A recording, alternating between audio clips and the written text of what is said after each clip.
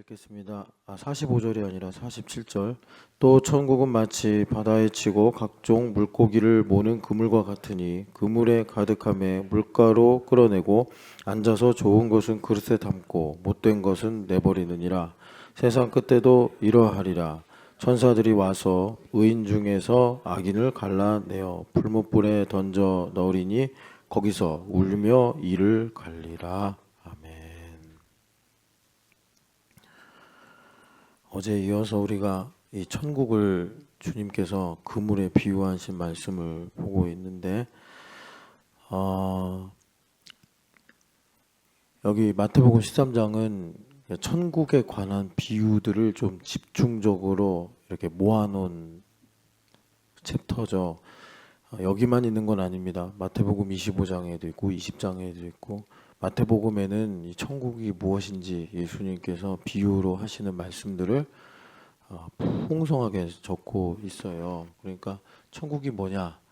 일반적으로는 쉽게 말하면 죽으면 천국 간다 이렇게 말을 하죠. 내세를 가리키기도 합니다. 내세를 가리키는 것만이 아니고 천국은 지금도 이제 우리 가운데 있는데 성경에 보면 천국이 나오고 하나님의 나라가 나옵니다. 그러니까 복음이 증거되면서 이 천국이란 개념은 유대인에게는 매우 익숙한데 헬라인들에게는 낯설어요. 그리고 우리 한국인들도 좀 그런 느낌이 있는데, 그러니까 내세 가는 뭐 극락 뭐 이런 느낌으로 이제 천국을 우리가 생각하게 되니까 이 천국 할 때 유대인들은 하나님의 통치를 제일 먼저 생각하거든요. 그래서 다윗의 나라 뭐 이렇게요. 근데 이방인들은 그렇게 생각을 안 한단 말이에요.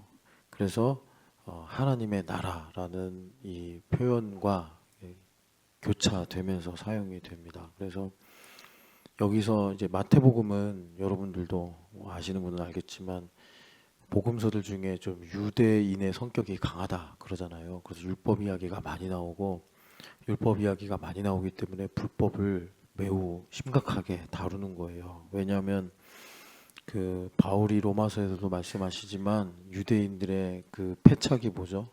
불법이지 않습니까? 그래서 바울 사도가 그들이 하나님께 열심은 있는데 하나님을 아는 지식이 없으므로 자기의 의를 세우려고 하나님의 의에 복종하지 않았다. 이게 불법이잖아요. 불법.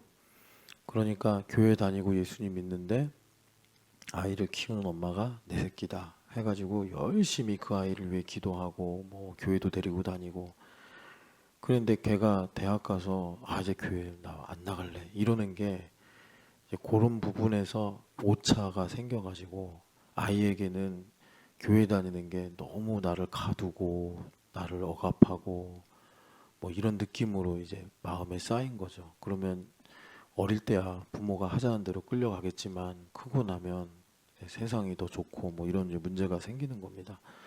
그래서 마태복음은 이 천국을 우리한테 말씀하는데, 그래서 천국 여기 지금 이제 마태복음 13장이고 마태복음 5장부터 7장을 산상설교다 그러잖아요. 예수님께서 하신 설교 중에 대표적인 하나인데 그 산상설교의 주제가 천국 복음이란 말이에요. 천국 복음이 뭐냐? 하나님의 통치가 내 마음에 이루어진다고요? 그러면 하나님께서 통치하시니까 원수를 사랑하는 게 되더라라는 거예요. 내가 오리를 가자 하는 사람한테 심리까지 가주는 일이 생긴다는 거예요. 그러니까 내 힘으로 살면은 누가 나한테 오리 가자 그러면 오리 가면 나한테 남는 게 뭔가, 내가 오리를 가주면 얻는 게 많나 잃어버리는 게 많을까 이러면서 대부분 다 오리를 안 간단 말이에요. 그런데 예수님께서는 너희들이 이제 천국이 마음에 이루어지면 오리를 가자 하는 사람한테 심리를 가주는, 겉옷을 달라 속옷을 달라 하는 사람한테 겉옷까지 주는 이런 하나님의 은혜가 있다. 이렇게 예수님께서 산상설교에서 말씀하시는 겁니다. 그런데 이 천국이라는 게 이제 내 마음에 일어나는 거니까 내 마음의 변화거든요. 그러니까 우리가 서신서에서 보면은 이제 평안과 기쁨이 많이 나오잖아요. 천국이 내 안에 이루어지면 예수님 내 안에 살아계신 거예요. 예수님 내 안에 살아계시면 이분은 하나님이시잖아요. 그러니까 내 마음에 이 죄로 말미암아 늘 있었던 불만족이 사라지는 거예요. 그러니까 우리는 정말 기도하지 않으면 몰라요. 내 마음이 지금 불안한지 두려운지. 그리고 세상 사람들처럼 그냥 지금 당장 내 눈앞에 보이는 어떤 일로 인해서 임시방편의 답을 찾고 그걸로 내가 만족하려고 하는 거죠. 그런데 여러분 이런 거 느껴보셨어요? 왜 교회 다니는 사람이 교회를 안 다니는 사람보다 더 좀 마음이 힘들까? 교회 오래 다니면서 보면 좀 그런 경향을 발견해요. 교회 안 다니는 사람들이 더 착해 보이고 교회 안 다니는 사람이 더 마음이 상태가 좋은 것처럼 보여요. 그러니까 내가 왜 교회를 다니면서 이러지? 그러는데 그거는 예수님이 우리 안에 살아 계셔서 세상 사람들은 여행 한번 갔다 오면 그걸로 마음이 충전도 되고 또 뭐 세상에 여러 가지 좋은 것들도 또 있잖아요. 이제 그런 것들로 어떤 이 마음의 근본적인 문제를 가리고 살 수가 있습니다. 뭐 그런 것들은 다양하게 하나님께서 또 뭐 이렇게 섭리하시는 부분들이 있는데 근데 그게 여러분 사실은 좋은 게 아니잖아요.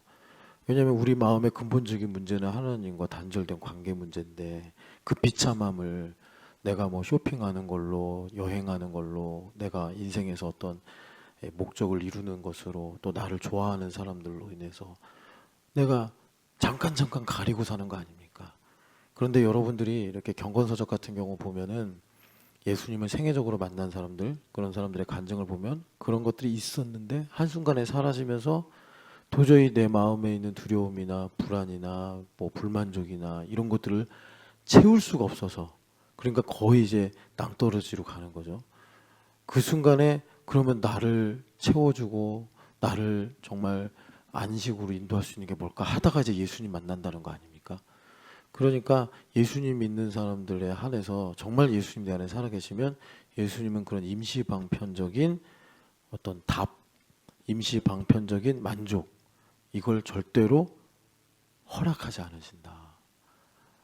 아예 그런 것이 필요 없다는 건 아닌데 본질의 문제를 망각할 정도로 하나님께서 이 땅에서 유한한 것들로 내 마음을 채울 수 있도록 허락하지 않으신다. 그러면 우리가 하나님으로부터 멀어지니까.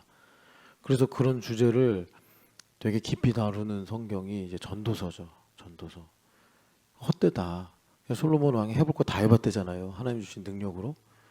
그래가지고 결론은 다 헛되다. 돈도 헛되고 사람도 헛되고 명예도 헛되고 다 헛되다 하면서 이제 창조주를 기억해라 이렇게 우리한테 복음을 전하는데 그래서 이 천국이란 이제 하나님께서 내 마음에 좌정하셔서 나를 다스리시는 거예요. 그래서 영적이잖아요. 그러면 내 마음에 일어나는 일이니까. 그래서 예수님께서 비유로 말씀하시는 것입니다. 비유로. 그래서 여러분 마태복음 13장에 일종의 하나의 플랫폼인데 여기에 뭐 가라지 비유, 또 겨자씨 비유, 또 아까 읽을 뻔한 45, 46절에 좋은 진주를 구하는 장사의 비유, 뭐 여러 가지 비유들 예수님 말씀하시는데 이 비유들을 알려면 그러니까 네 가지 밭의 비유를 너희들이 알아야 된다. 그걸 이제 먼저 말씀하시고 그래서 제자들이 왜 예수님은 비유로 말씀하십니까? 그랬더니 예수님께서 그 이사야서도 인용하시고 또 에스겔서에도 이 비유에 관한 질문이 나와요. 그러면서 하나님께서 그러니까 이런 거죠. 거기서 너희들에게는 허락이 되어 있다. 그러니까 제자들은 이 비유를 실체로 이제 듣고 아멘이 되는데 듣고 믿음이 되는 거예요. 그런데 그 현장에서 같이 듣고 있던 예수님을 믿지 않거나 예수님에 대해서 의심하는 사람들에게는 이 비유가 비유로 남는 거예요. 마치 이소부화와 같이 뭐 좀 유익한 말씀이네 이 정도로 남는 거예요.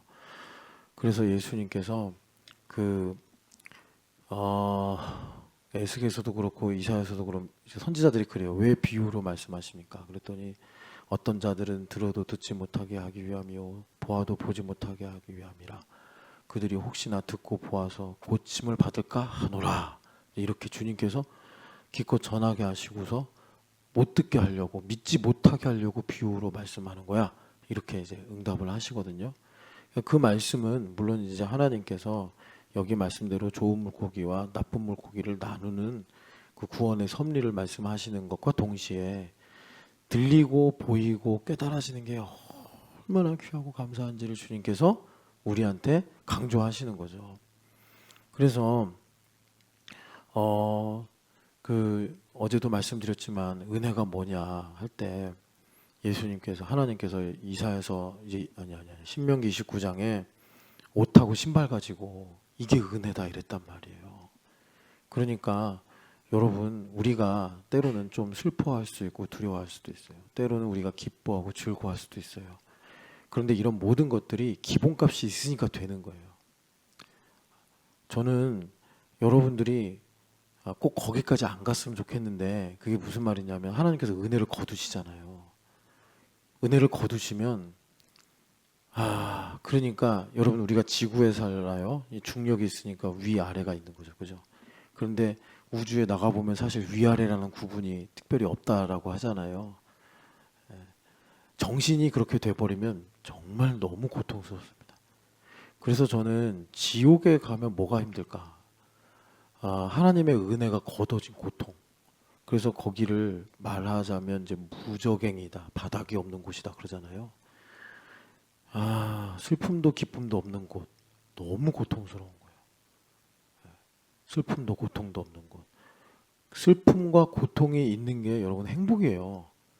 슬픔과 고통도 없는 곳, 너무 힘들고 고통스러운 곳입니다. 여하튼 주님께서 우리 안에 이게 천국을 이루어 주셔서 나를 다스려 주신다. 근데 그것이 영적이기 때문에 주님께서 이 겨자씨 하나같이 작은 하나로 또 하나님께서 놀라운 일들을 행하시는 양상으로도 말씀하시고, 또 가루 섬알에 넣은 누룩처럼 하루에 1초인데 그 1초의 순간이 24시간을 좌우하는, 이런 게 천국이다. 그래서 여러분들한테 주님께서 기도하는 마음을 주시면 나중에 저녁에 가서 기도해야지 이러지 마시고 잠깐 화장실이라도 가서 주님의 이름을 부르고 주님께 반응을 하는 것이 이게 천국 생활이다. 제가 이렇게 종종 말씀드리죠. 그래서 오늘 여기 읽은 말씀은 바다에 치고 각종 물고기를 보는 그물과 같다. 그러니까 그물을 바다에 치면 한 종류의 물고기만 모이는 게 아니라 뭐 불가사리도 잡히고 또 조그만 물고기, 큰 물고기, 뭐 여러 가지 이제 물고기들이 잡힌다는 거예요. 이걸 주님께서 이제 이 땅에서 나타나는 천국으로 이렇게 우리한테 비유하시는데, 왜 이렇게 천국을 말씀하시는가? 예전에도 한번 말씀드렸는데 여기는 흑암 세상이에요. 그러니까 다 지 마음대로 사는 세상이다 이 말입니다. 자기 멋대로, 자기 옳은 대로, 자기 원하는 대로 하는 세상이에요. 흑암 세상. 그런데 하나님께서 흑암 세상에서 예정하신 하나님의 자녀들이 있어. 근데 걔네들이 죄 가운데 태어나가지고 자기가 누군지를 모르고 살아. 그러니까 우리 하나님께서 그들을 구원하셔야 되는데, 무슨 말이냐면 그들의 눈높이를 맞춰서 그들을 콜링해야 된단 말이에요. 그들을 만나셔야 된단 말이에요.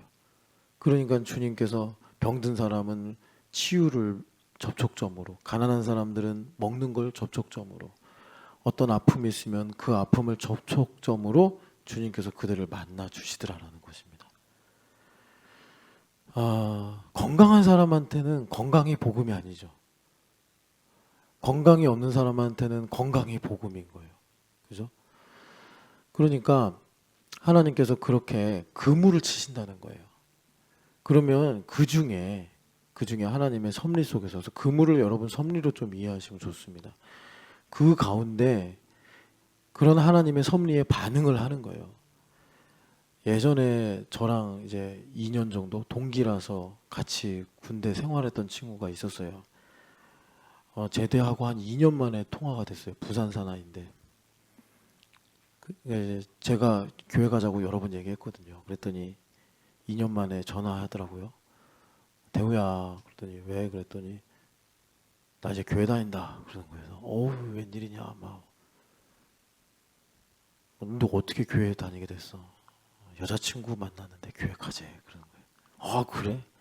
축하한다. 근데 헤어졌어 그러는 거예요. 그러냐? 계속 교회 가니? 교회는 계속 간대요. 그렇게 해서라도 그물코에 껴서 교회 오는 거예요.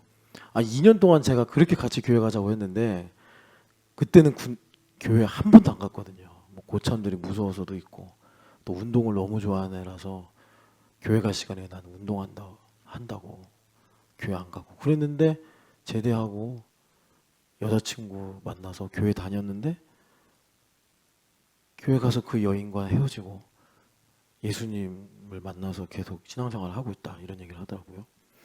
각종 물고기 하나님 그렇게 모으시는 거예요. 이게 천국이다 주님 말씀하시는 것입니다. 그래서 흑암 세상에서 하나님께서 그렇게 택자들을 구원하시려고 은혜를 베푸신다라는 겁니다. 그럼 여기까지는 우리가 다 또 수긍하고 알고 있는 바인데 여기 이제 나중에 보면은 물고기를 나눈다고 하시니까 하나님께서 그렇게 영혼들을 찾으시는데 여기서 중요한 변수가 하나 있는 게 우리가 자유의지를 가진 인간이란 말이에요. 그래서 옛날에 C.S. 루이스 목사님이 그랬잖아요. 하나님께서 우리를 가장 사랑하신다는 증거가 뭘까? 자유의지 주신 거. 선악과를 먹을 수도 있는 자유를 주신 거. 여러분들이 그래서 우리가 이제 제자도 교회잖아요. 그러니까 하나님께서 나를 얼마나 사랑하실까? 뭐 건강하게 하신 것도 사랑하신 거고 또 나로 어떤 뭐 이렇게 은혜 도움을 주신 것도 사랑하시는 건데 하나님께서 여기까지는 일단 가야지 제자도가 뭔지를 우리가 말할 수 있는데 하나님께서 우리를 얼마나 사랑하시는지 선악과를 먹는 순간에도 안 돼! 이렇게 안 하셨다는 거예요. 우리 하나님 그러실 수 있잖아요. 선악과를 이렇게 보려고 그럴 때 갑자기 시력을 앗아가시거나 천둥번개를 막 쳐가지고 무섭게 만들었으면 먹으면 안 되나 보다 이럴 수 있잖아요 인간이. 그런데 하나님께서 마치 하와와 아담이 선악과를 먹을 때 안 보시는 것처럼 안 들리시는 것처럼 안 계신 것처럼 가만히 계셨다는 거예요. 하나님께서 그것이 우리를 사랑하시는 길인데 우리가 그걸 이제 어린아이 같은 신앙으로 생각하면 모르죠. 모르고 오히려 하나님을 기만하거나 또 내 맘대로 살려는 생각이 강해지는 거죠. 그러니까 핵심은 뭐냐면 하나님께서 내버려뒀다는 게 중요한 게 아니라 그만큼 하나님께서 우리에게 주신 자유의지를 매우 존중하신다.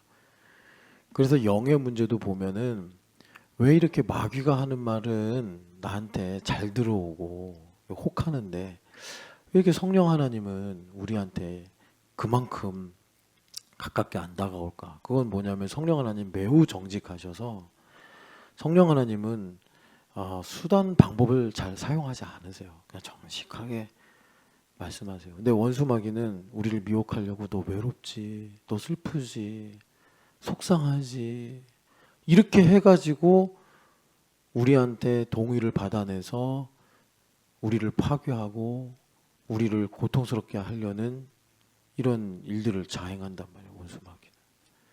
근데 성령 하나님은 우리가 외로워도 슬퍼도 정직하게 가시는 거예요. 그러니까 우리 느낌에는 훨씬 더 이 미혹하는 것이 가깝게 다가오는 거죠. 그런데 하박국서 말씀대로 우리가 정직하면 아무리 상황이 복잡하고 힘들어 보여도 그게 무슨 말이죠? 외양간에 송아지가 없고 우리의 양떼가 없어도 우리는 그 하나님을 신뢰하고 기뻐할 수 있다. 내 영이 꼬부러져 있으면 하나님 어떻게 양이 없습니까? 하나님 어떻게 송아지가 없습니까? 그러면서 하나님 못 믿겠다고 그러고 하나님 틀렸다고 그러고 맨날 그러는데 하나님께서 그 말을 보시면서 네가 정직하지 않기 때문 아니냐. 너가 양을 키우려고 하나님을 믿냐? 하나님을 믿어서 양을 키우는 거냐? 네가 지금 솔직히 말해서 네 복심에 양 때문에 하나님 믿고 소 때문에 하나님 믿는 거야. 내가 소의 신이냐 양의 신이냐? 하나님 이제 그런 말씀하시는 거죠. 참참히 생각해 보니까 맞는 말이에요. 그러니까 하박국 선지자가 하나님 수년 내에 주의 말씀을 이루시고 내 안에 하나님 말씀을 부응케 하옵소서 하면서 이렇게 이제 찬양을 하는 것입니다. 그래서 하나님께서 우리의 자유의지를 매우 중요하게 여기신다. 정말 하나님께서 우리가 기도하기를 바라시는데 왜 그러죠? 1차적으로는 나 잘되라고 하시는 거고 본질적으로는 하나님 영광 받으시기 위함인데 뭐 같은 내용이에요.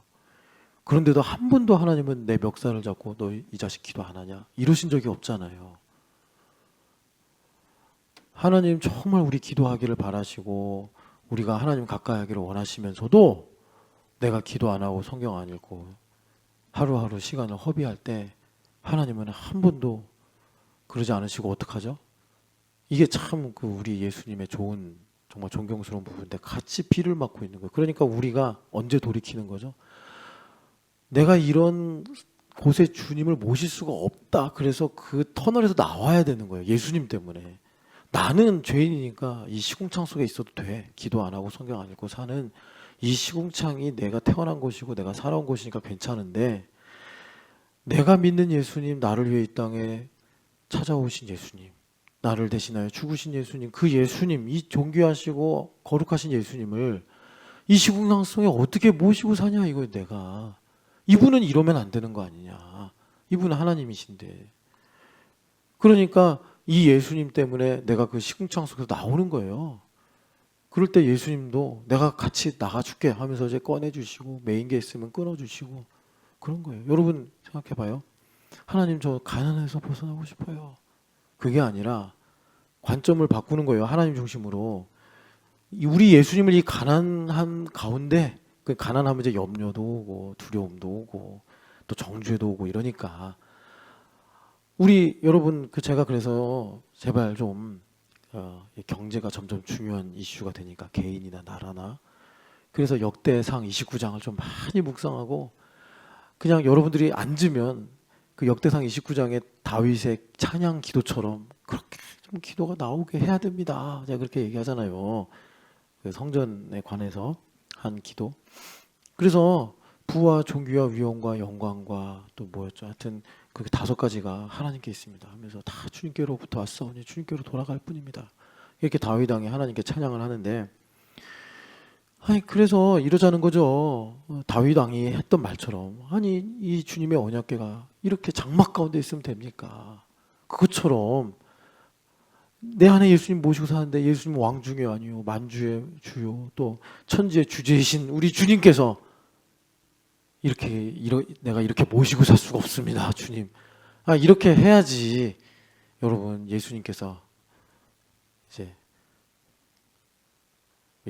아멘 하실 리는 없고 하여튼간에 좋다 하시고 끌고 가지 않으시겠습니까? 그래서 왜 그물을 치고 고기를 모으시느냐? 흑암 세상 속에서 자유의지를 가진 인간을 구원하시기 위한 하나님의 섭리더라라는 것입니다.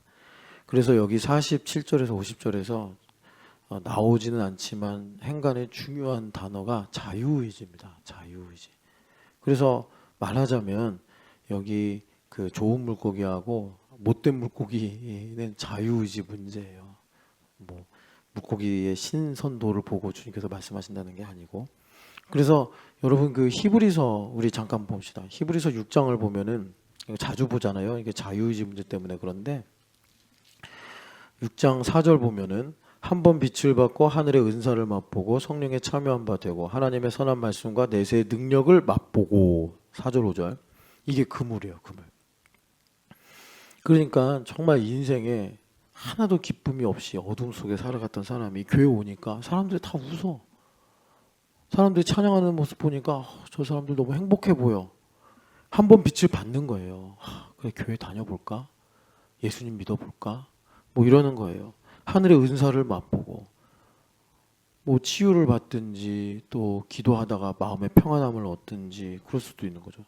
성령에 참여한 바 되고. 내가 교회 와서 세상에서는 그런 적이 없는데 사람들 만나서 봉사하고 애쓰고 수고하는데 이상하게 그러고 나니까 마음이 기쁘네, 평안하네. 뭐 그런 일들로부터 또 내가 뭐 교사가 돼서 섬기고 보니까 하나님께서 나에게 지식도 주시고 뭐 이렇게 성령 하나님의 은사를 또 체험하는 것이죠.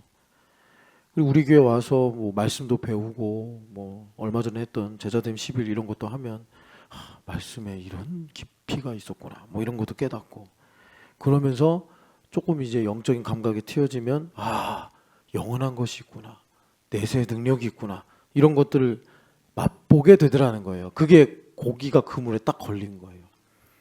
그리고 나서 여기 6절에 타락한 자들, 이 타락했다라는 게 뭐냐면 여러분 그 히브리서 3장에 살아계신 하나님으로부터 떨어지지 않게 주의하라 이 말씀이 있거든요. 그 살아계신 하나님으로부터 떨어지는 게 뭐죠? 마음이 굳어지는 거예요. 그래서 시편 95편을 다윗 왕이 인용해서 너희들이 오늘이라고 일컫는 매일 동안 하나님의 음성을 들을 때 마음을 완고하게 하지 말아를 다만 출애굽 상황에 한해서 하는 말씀이 아니라 이건 영원한 규례다 해가지고 다윗 왕이 우리한테 이제 선포를 하는 거예요.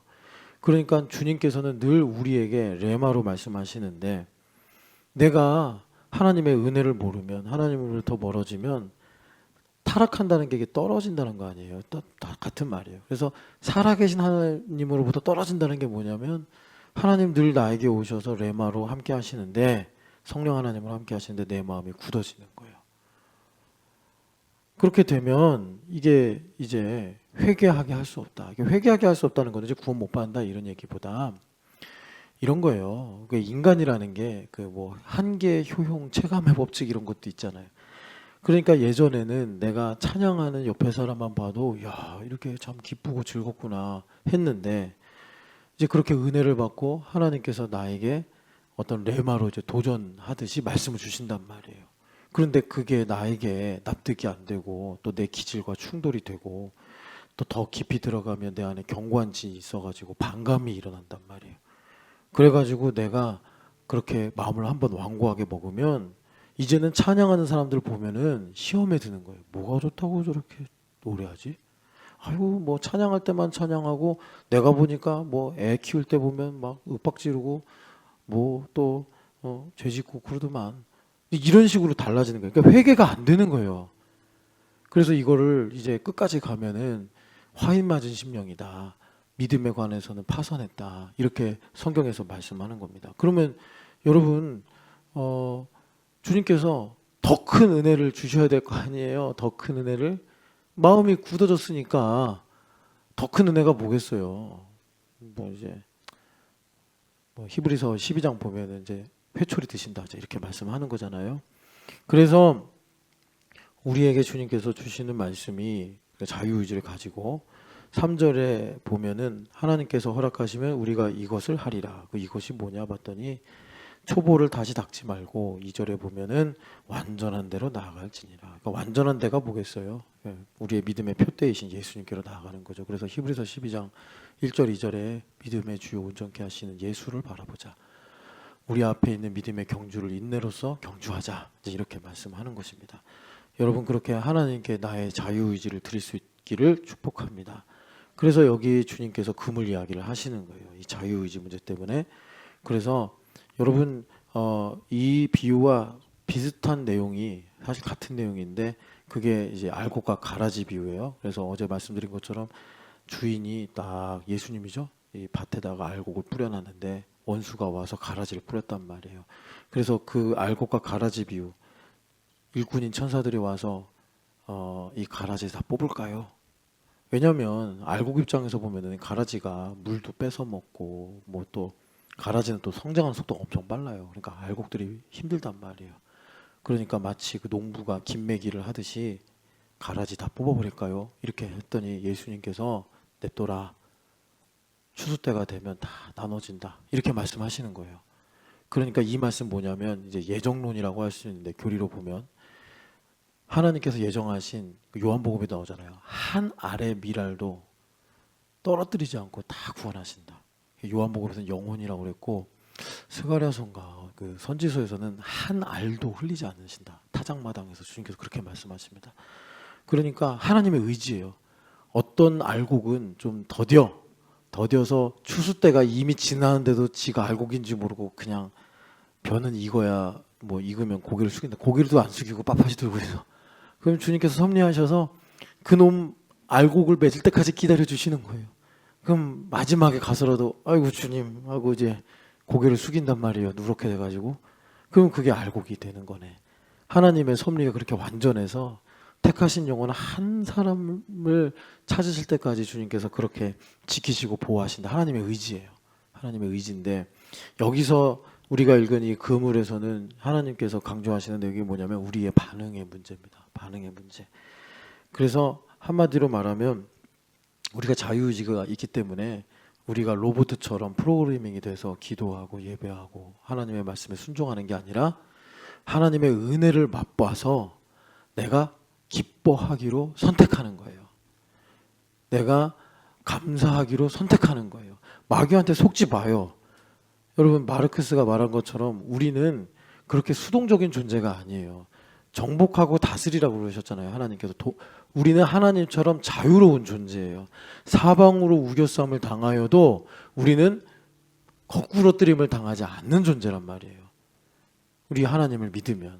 그래서 우리가 사방으로 슬픔이 나를 우겨싸도 기뻐하기로 선택하면 하나님께서 나를 기쁨의 요새로 세우신단 말이에요. 그래서 하나님께서 지금 이 금을 비유해서 물고기인 우리 입장에 너희들이 자유의지를 가지고 하나님의 뜻에 따라 선택해야 된다. 우리가 은혜에 반응해야 된다. 그 은혜로 반응하면 어떻게 되느냐? 사실 여러분, 이제 우리가 주일부터 들었던 말씀들을 흐름으로 놓고 보면은 은혜에 대해 반응한다. 이건 뭐냐면 들으면 믿어지고 믿은 바를 순종한다. 그래서 교회가 된 우리를 바울 사도도 그러고 성경에서도 그러고 뭐라고 그래요? 종이다. 종이다. 이렇게 말하는 거예요. 예수 그리스도의 종된. 그러니까 이 종이라는 게 뭔지를 우리가 이거 정말 많이 반복해서 들었잖아요. 출애굽기 19장에 보면은 귀 뚫린 종 이야기가 나오는데 이 종이 채무를 다 갚았어요. 그래서 이제 해방될 날이 왔다고. 그런데 이 종이 안 간대요. 왜 안 가니? 이제 고향으로 가. 그랬더니 난 주인님이 좋대요. 내가 그냥 인생 다 잘난 줄 알고 살았는데 어쩌다가 내가 빚 때문에 주인님 집에 와서 농사도 짓고 청소도 하고 음식도 하고 이렇게 살았는데 이런 주인님을 내가 어디 가서 만납니까? 나는 남은 여생 주인님만 위해 살겠습니다. 그래? 그럼 어쩔 수 없지 해가지고 기둥에 가서 귀를 뚫어라. 귀를 뚫는다는 게 뭐예요? 듣고 순종하는 게 나의 생명이다. 이런 거 아니겠습니까? 그래서 그게 귀 뚫린 종이다. 이게 교회란 말이에요. 우리 귀 뚫렸단 말이에요. 그래서 예수님 말씀에 무조건 아멘. 그게 우리의 인생의 영광이요. 또 생명이다. 주님께서 가르쳐 주신 거예요. 그래서 이 듣고 믿음이 뭐냐? 예수님 말씀하셨잖아요. 내가 너에게 이르는 말이 영이요 생명이니라.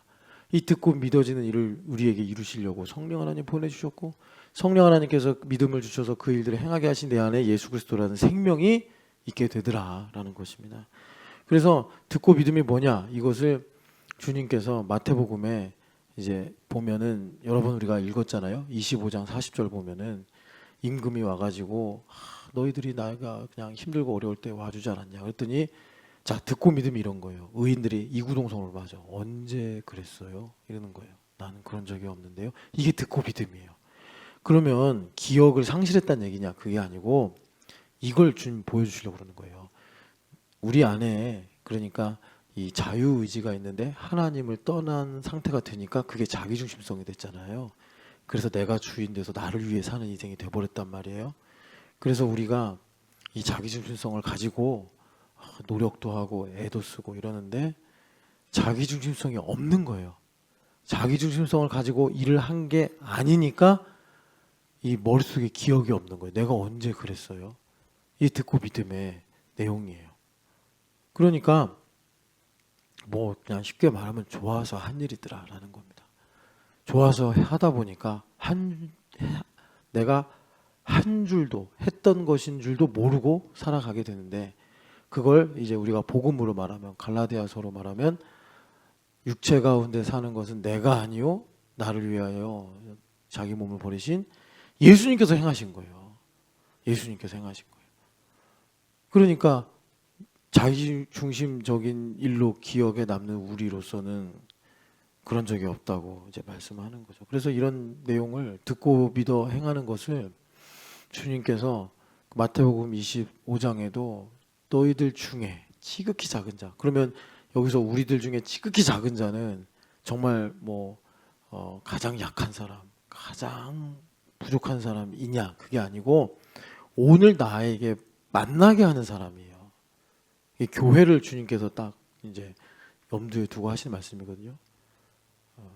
어제 보니까 막 이게 뛰는 분들이 많았더라고요. 뛰다가 누가 만나면 그 사람이 지극히 작은 자인 거예요. 예. 여러분들이 점심에 교회 왔는데 교회에서 또 만나요. 그럼 그 사람이 지극히 작은 자예요. 예수님이란 말이에요. 예수님 지극히 작은 자로 오셨단 말이에요. 나귀 타고. 그 예수님을 우리가 섬기는 거란 말이죠. 그런데 지극히 작은 자는요, 여러분 사실 만나면 별로 반갑지 않고 지극히 작은 자는 그렇게 뭐라 그럴까 막 잘해주고 싶은 생각이 잘 안 들어요. 지극히 작은 자는. 그러니까 지극히 작은 자라고 말씀하는 거는 그냥 우리가 볼 때 막 측은지심이 생기고 이런 대상이 아니라 그래서 이 작은 자하고 관련된 구체적인 내용이 신명기 10장에 보면 주님께서 하도 뭘 말씀만 하시면 마음이 굳어지니까 40년 동안 그래 왔으니까 그래서 주님께서 정말 이렇게까지 말씀하시잖아요. 오늘 너에게 내가 하는 명령은 네 행복을 위한 거지. 이렇게 말씀하시잖아요, 주님께서. 네 행복을 위한 거 아니냐. 나 좋다고 하는 거냐. 주님께서 40년 동안 왜 그러냐. 내가 너희들에게 뭐 말을 해서 손해보게 한 게 있냐. 너희들 행복을 위해서 그런 거 아니냐. 그렇게 말씀하시면서 마음의 할례를 받아 목을 곧게 하지 말고 뭐 이렇게 이제 말씀하시죠. 그러면서 주님께서 그 지극히 작은 자를 구체적인 이름으로 말씀하신 것이 나그네를 사랑하라 이 말씀입니다. 나그네. 근데 여러분 나그네는요 사사기에도 나오지만 그 나그네 영접 안 하잖아요. 여러분 기억하시죠? 그 레위인이 베냐민 땅에 갔는데 그때 종이 그럽니다. 주인님 저기 가까운 그 이방인들 그때 그 이방인 도시가 뭐였죠? 여부수였나? 하여튼 그쪽으로 가시죠. 그랬더니 아니야. 그래도 우리 백성, 우리 민족이 사는 데로 가야지. 교인들이 많은 곳으로 가야지. 뭐 이렇게 얘기해서 기부하러 갔죠. 기부하러 갔는데 한 사람도 이 노중에 있는 이 레위인 나그네를 영접을 안 하는데 그래도 어릴 적에 좀 교회 다니면서 은혜에 대한 추억이 있는 할아버지가 지나가다가 그 나그네를 사랑하라는 주님의 말씀, 그 주일학교 때 들었던 말씀이 생각나가지고 우리 집에 오세요 해서 영접하잖아요. 그만큼 정말 이스라엘의 영적 기상도가 땅에 떨어진 건데 그런 것처럼 주님께서 우리에게 이 불청객을 보내신단 말이에요. 나그네를. 그럴 때 우리가 레마가 그런 성격이라 이 말입니다. 그럴 때 예수님의 이름으로 우리가 영접하고 섬기면 히브리서 말씀대로 부지 중에 천사를 영접하였더라. 주님께서 그렇게 우리에게 말씀하시는 거예요. 그래서 이것이 꼭 사람이 아니에요. 사람만이 아니고 때로는 하나님께서 나에게 주시는 어떤 뭐 직분일 수도 있고 또 나에게 어떤 순종의 명제일 수도 있고 기회일 수도 있고 그렇습니다. 여러분 그럴 때 믿음으로 선택하시기를 축복합니다. 그래서 우리가 지금 이제 듣고 믿음의 문제, 자유의지 문제를 집중해서 보고 있는데 이 듣고 믿음의 가장 끝판왕이 뭐냐면 여러분 뭔 것 같아요? 그러니까 제가 이제 이 말씀을 드리는 거는 진짜 우리가 복음으로 자유해서 아까 전에 히브리서 말씀대로 그리스도의 도의 이 초보를 버리고 그 초보 6가지 나오잖아요. 그 초보를 이제는 넘어서서 하나님께서 주시는 그 믿음을 따라 완전한 대로 나아가자. 이게 완전한데 여러분 많이 말씀드렸잖아요. 그러니까 우리가 구원을 받았으나 우리의 혼은 여전히 예전 상태가 돼서 살아가는 것을 고린도전서의 어린아이 같다. 자기중심성이 여전히 강한 거예요. 그런데 바울 사도가 이제 고린도 전후서를 쭉 이제 말씀하시면서 고린도 교회에게 가르치는 것은 너희들이 신령한 사람이 돼야 된다.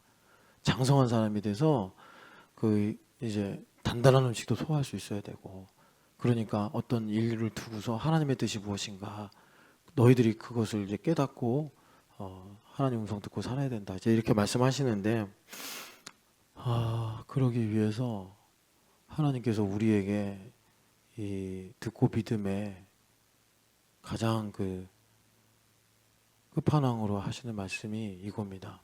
율법과 은혜 문제인데 우리 자유의지이기 때문에 그게 뭐냐면 그 누가복음 15장에 그 예수님께서 계속 그 죄인들 세리들하고 친구 먹으시니까 유대인들 이런 사람들이 불만이 많은 거예요. 여러분들 이해가 되세요? 저는 이해가 되게 잘 되거든요. 제가 그 유대인의 입장에 많이 서봤기 때문에. 그런데 예수님께서 이제 그러면 안 되잖아요.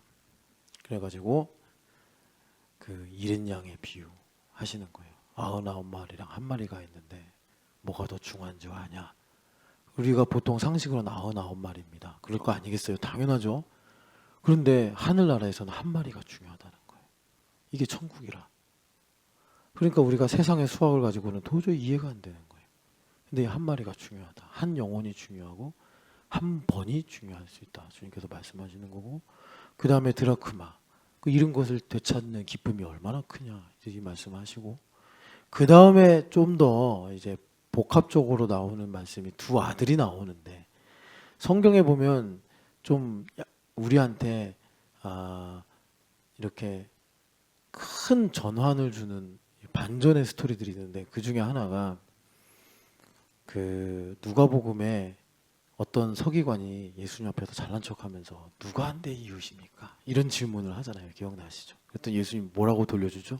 이 사람의 이웃은 누구냐? 유구무원. 서기관인 잘난 척하려다가 완전히 미천 다 드러난 일이죠. 내 이웃은 누구입니까? 그랬더니 예수님께서 이 사람의 이웃은 누구냐? 참 서기관이 예수님 앞에 크게 한 수 배우는 거죠. 그게 그런 내용 중에 하나고, 그리고 또 하나가 뭐냐면 마태복음이죠. 거기서는 이제 포도원 주인이 아버지인데, 아버지가 이제 웬만하면 아들들 일 안 시키는데 오늘 이게 좀 급하단 말이에요. 이 포도 농사 때문에.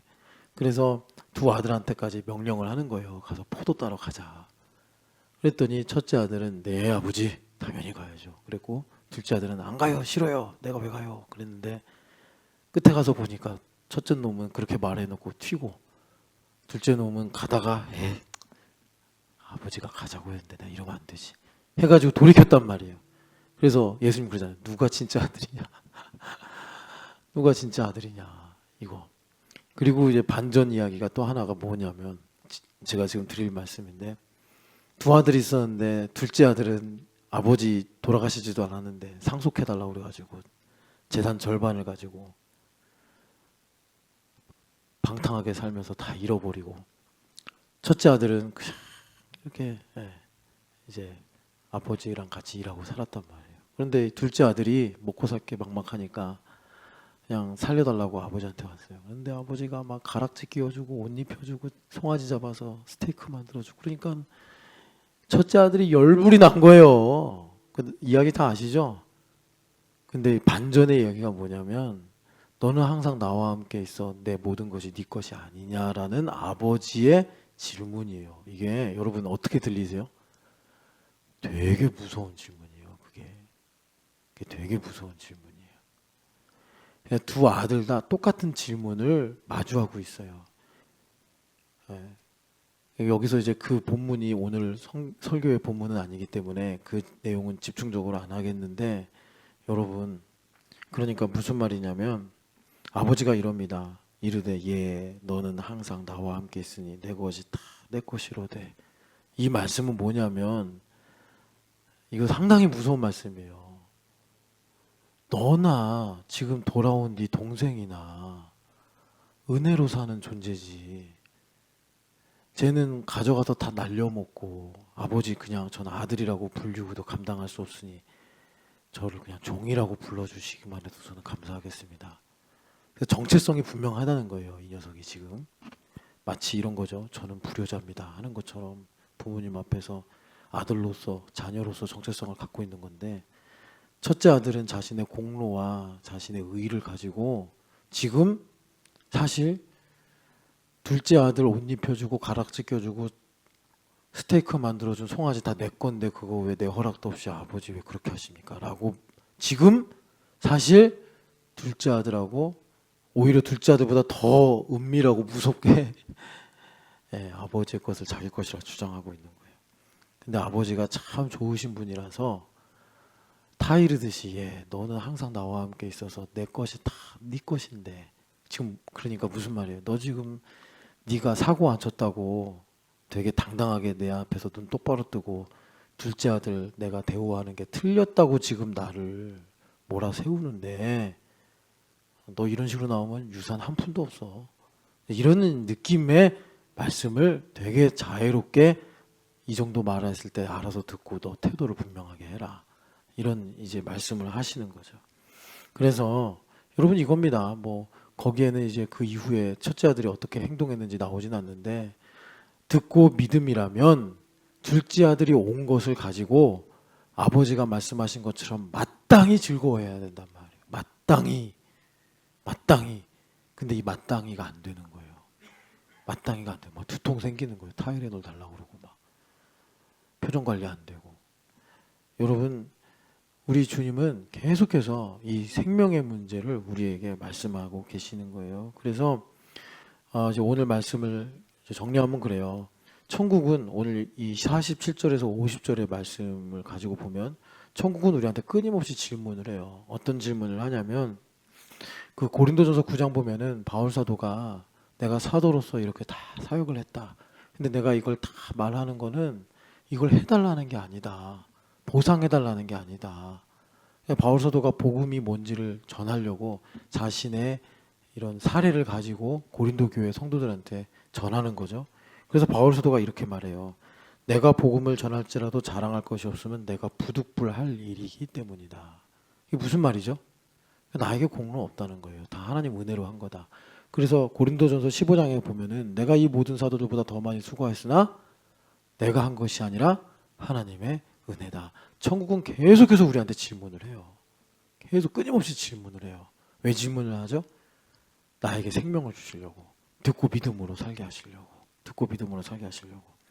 그래서 여러분, 이 다른 복음의 문제는 특정한 상황이나 특별한 사람에게만 있는 게 아니라 우리 모두에게 있다고. 그리고 우리가 사는 시대처럼 이렇게 참 혼잡하고 어지러운 세상 속에서는 이 다른 복음의 문제가, 복음이 흥왕해야 되는데 이 다른 복음이 흥왕한다고. 다른 복음이.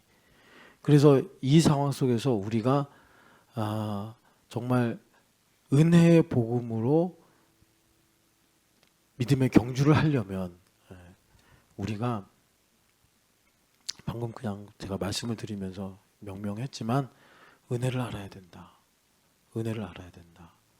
내가 첫째 아들의 입장이든 바울사도처럼 부득불할 일로서 섬기는 입장이든 내가 그물에 걸린 물고기로서 은혜를 알아야 된다. 듣고 믿음이라는 생명을 가지고 있어야, 자, 예수님께서 하신 말씀처럼 주님께서 나를 통하여 하나님의 뜻을 이루셔서 100배, 60배, 30배의 이런 열매를 나를 통해 맺게 하시고 또 영광을 받으시더라라는 것입니다. 여러분, 은혜를 늘 사모하시고, 저는 은혜 없어요, 이런 인생 절대 없어요. 여러분, 그냥 그거예요. 부모를 공경하라. 왜 이런 말씀을 주셨냐면 은혜를 알라는 거예요. 은혜를. 그 은혜가 뭐예요? 그냥 내가 존재하는 것 자체가 은혜라니까요.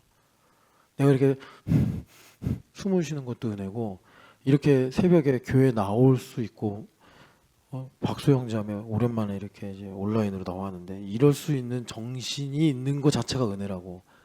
박형석이 얼마나 잘해주는지, 태훈이가 얼마나 말을 잘 듣는지는 잘 들을 수도 있고 안 잘 들을 수도 있고, 박형석이 속을 썩일 수도 있고, 박형석이 또 어느 날 갑자기 잘해줄 수도 있고, 날씨처럼 굳은 날도 있고 맑은 날도 있는 거. 인생이 나를 살게 하신 것 자체가 은혜라니까요. 나를 이렇게 더 나아가서 교회에 되게 하셔서 예수님을, 그 거룩하신 분을 주라고 부를 수 있는 이런 어떤 소양이나 또 나에게 믿음을 주신 것 자체가 은혜라고. 여러분, 그렇게 은혜로 살아가실 때 주가 일하시네 놀라운 삶을 살 줄 믿습니다. 사랑하는 하나님 아버지, 우리가 정말 은혜를 모르고 살까 두렵습니다. 하나님, 새벽에 부르셨사오니 하나님 아침 이슬과 같이 우리에게 은혜를 주셔서 나의 마음을 적셔 주시고, 하나님 아버지, 내 마음이 메마르지 않도록 주님께서 단비를 내려 주시옵소서.